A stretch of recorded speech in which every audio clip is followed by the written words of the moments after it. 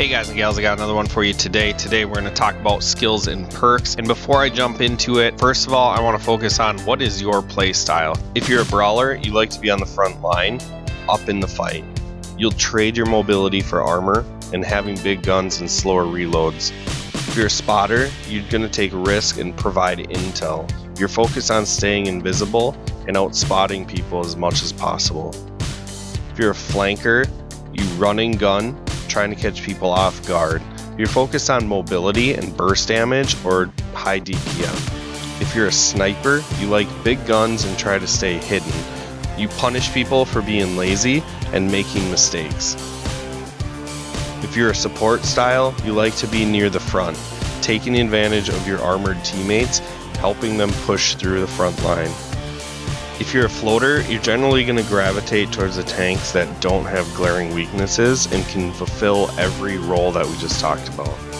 I'm not a fan of generalizing tank types. There are many styles within each tank type, and you need to experiment and figure out what you're most comfortable with. We hear people say, this is a bad tank or a tank line. This is the reason we stay away from certain tanks or tank lines, but everyone is different, so you need to be the real judge and if it fits your play style. So what's the difference between a skill and a perk? Well, a skill is going to have a compass and perks are going to have the lightning bolt. The main difference is the skill is going to give you a percentage of the skill as your crew learns it, and the perk doesn't give your crew a bonus until they're 100% complete. Now I'm going to feature a couple games in my mutant and the difference between a 15 skill crew and a 75% crew with one skill.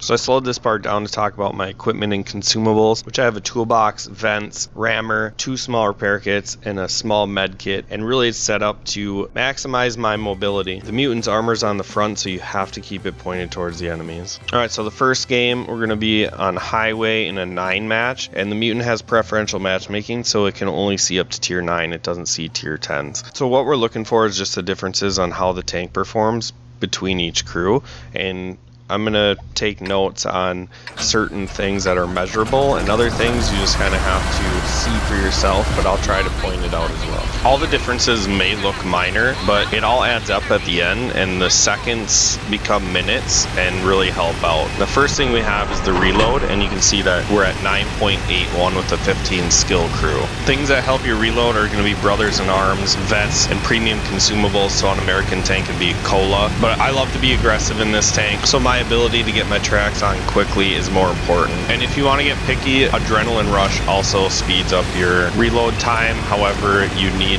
to have taken a lot of damage for it to take effect. Alright, so I have time to ramble here a little bit as I get into position.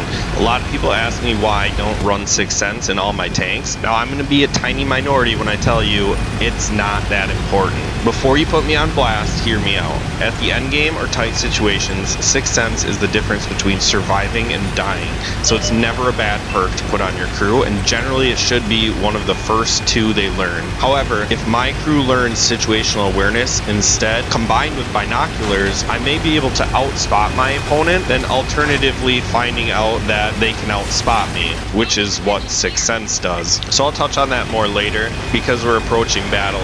And we've traveled about 8 squares on a 1000 by 1000 map in approximately a minute and a half. If you're going to commit to crossing this open part of the map, you have to do it quickly. Arty might be pre-aimed down here, tank destroyers will be pre-aimed down here. You got to get to cover. And now we get our first spot, and our first shot is a pen. It's just a snapshot as we're driving to get into cover. So this little corner is nice because you have cover from your right side and you can focus on the things in front of you. The mutant, like I said, needs to have the enemies in front of it because that's where the armor is located, and I'm just using the corner to cover up my side here, and the Skoda is really in a tough predicament, and his standard B comes to help him, and you can see them 2 have already taken a beating.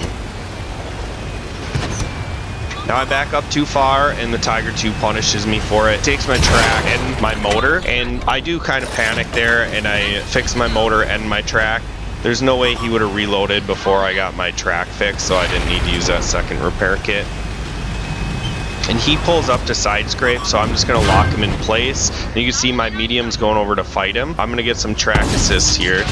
and as he turns his head around, because he's immobilized, he can't get his gun effectively on the 432. We're gonna get loaded again, and then we're gonna punish the Tiger 2. I gotta wait for his turret to come all the way around, knock him down to 193. Now our Artie's gonna finish him off. The 53 TP is making a move towards my 432, and I should have pushed up there, and then at this point I think my Conqueror is gonna go, so I'm gonna let him take point, and then he stops when I stop, so I realize I'm just gonna have to go take this guy. The 110 just killed my 432, so I figured I'd have enough time to kill him and back up. I didn't realize how far I'd have to drive around the Tiger 2 to get to him. So this next engagement is pretty interesting, and it's us fighting the 110, and you can see as I'm making twitch movements, my reticle is closing, and that will not occur with the 75% crew. I want to lock down this 110, and my Conqueror can't pen him, so we've changed roles. My Conqueror is going to track him, and I will pen him, and then my Conqueror proceeds to drive in front of me, so I pull over to get another shell in, and my Conqueror drives in front of me. So I have this relative feeling that this is a good player, A, because when his track was on, he was rocking back and forth, and B, when he's stationary, he was wiggling his turret, and then I think he just realized that we're penning his lower plate, and that he's obviously going to lose this 3v1 engagement. It shows how important it is to immobilize good players so they can't utilize their armor. Since I fired my first shell, I've collected 2,500 damage, 2,400 assisted, and helping our team set up an 8 versus 4. Now I do mess up, and I go down the 8 line into the camping TDs and arty fire. Brawlers need to focus on mobility and gun handling. A, keep your armor at effective angles. B, effectively trading shots, landing them consistently. The reason I put clutch braking and off-road driving first is that they are going to help you get to the fight, push the fight, and prevent flanking maneuvers. Equipment can replace repairs and track mechanic. Use toolbox, vents, food, and large repair kits, and in a quick fix, use a small repair kit. After repairs and track mechanic, I'll start building up my gun handling with snapshot, smooth ride, and deadeye. Spotters need to focus on outspotting enemies, and surviving. Sixth Sense will let you know if you're spotted so you can act accordingly. Situational awareness and recon are going to boost your vision. Camo will increase your tank's vision to camo ratio. Silent driving is good unless you're in a scout, which has equal camo whether stationary or moving. Next, I try to maximize my mobility with off-road driving and clutch braking. After that, I'll add gun handling, but damage is secondary in my spotters. So the Reds ended up winning the city back. Unfortunately for them, they were unable to clean their cap off, and we get the victory. End game, I take top dog. Next, we're gonna put the 75% crew in and see how we can fare in the next battle. He does have one skill, it's Mentor, and I used to put Mentor as the first skill, and I don't recommend it. If you do use Mentor after you've learned your 5th skill or perk, the amount of XP needed to get your 6th and beyond are going to take you so many battles in which you could already have a skill or perk that already helps improve your tank and effectively earns you more XP. So in this match, we're going to be on Pearl River, and we are top dog, tier 8 encounter battle, and I'm going to play just as aggressive. I'm going to try to actually get into C2 and spot for my team. Right off the bat, you'll notice my reload time is 10.35 versus 9.81 with my 15 skill crew. So now I'm able to finish off my rambling about Sixth Sense and why I don't have it on all my tanks. At low tiers, vision is arguably the most important asset. You're learning, others are learning, then you have the veteran seal clubbers in their premium tanks, driven by their 15 skill crews. If you can't see them, it will feel like you're always getting shot by ghost tanks. Binoculars are your biggest combatant to this problem, giving you 25% increase in your vision. There's nothing else in the game that can do that. Yes, you have to be stationary to utilize them, but honestly, that's good for a newer player to have to stop, assess the map, allow their binos to activate, and then make the tactical decision to move up or not. I don't want it to sound like it's not important to get Sixth Sense, because I truly believe it is. However, my final argument is I'll hear players a lot say, I'm spotted or I'm detected, then stop and back into cover. They'll give up chokes at the very beginning of the match when only an enemy scout could be in position to spot them. maybe Artie's going to hit them because they're pre-aimed, but you've already given up the choke, so you're going to make it a lot more difficult for your team to win. So to me, there is a negative learning aspect to it, but when used effectively, it is very powerful. Let's get back to the battle. The cool thing about both these maps is they're the same size, and in highway, it took us 1 minute and 28 seconds to travel 8 squares uphill. In this battle, it took us 1 minute 36 to travel 5 or 6 squares in wet terrain. Alright, so I got to this position, and you will see why this position is A, very important, and B, very dangerous. So I'm going to poke over on these heavies. I'm going to get shot into that King Tiger's lower plate, and then I'm going to back down. Now on this setup, a lot of the times, if you spawn in the north, your team will sit on the ridge line on the 6th line, and they can get shots over here, which is great. However, if you don't have anybody spotting for them, then they're just going to get spotted and end up dying. However, if you do take this position, you have the opportunity to spot for them, and you're going to pick up a lot of spotting damage. Now the red team spawns over here, so you got to be careful. It's hard to cross sometimes, but you can see I did it in my Mutant, which isn't a fast tank, with a 75% crew. That makes it even slower. Now I want to focus on this Tiger P, and I feel like anything that comes behind me should get taken care of by my teammates, and you can see how slow my track is to be putting on, but I wasn't under any threat, so I didn't have to worry about that. Let's take a look at the aim time on this with the 75% crew. You can see that even just coming around the corner slowly with a slight turret turn, that my bloom just doesn't bloom down as fast as it did in the first game. I have to pretty much be fully stationary for my bloom to actually start closing. Another cool part about this spot on the map is if the Tiger P and the T-32 rush me, my team will be able to get shots in them as well, or T-34, excuse me. Now, an AMX 1357 parks behind me. I know he can only do a small amount of damage to me.